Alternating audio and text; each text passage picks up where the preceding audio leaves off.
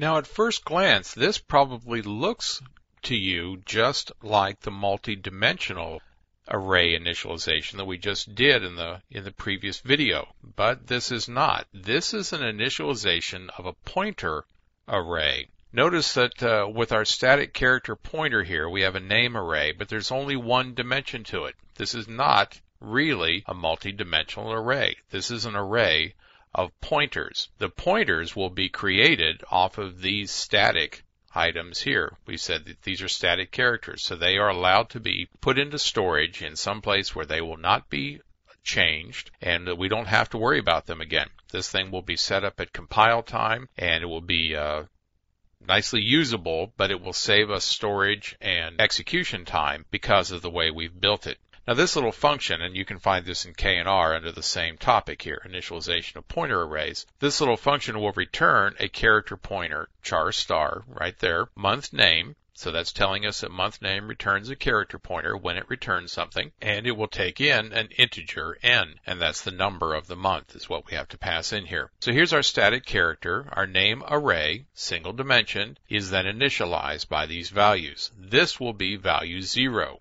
Illegal month, then value 1, 2, and 3, 4, 5, 6, and so on out to value 12 for December. Makes sense, huh? Now here's our return.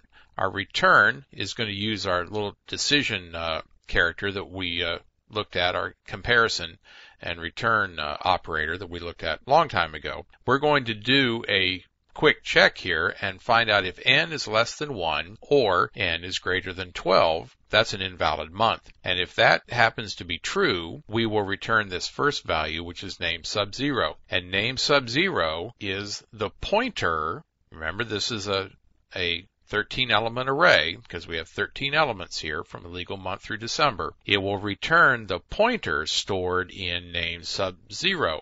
Month name is supposed to return a character pointer, so that's exactly what we have to send back and what we can send back by this. If this is not true, that means that n is in fact between 1 and 12 inclusive, so we will return name sub n, which will be 1, 2, 3, 4, 5, 6, and so on down through 12. And this function works the way we expect it to. But I want you to see how you initialize a pointer array, and even though it appears to be a two-dimensional array, it is in fact only a single-dimensional array of pointers.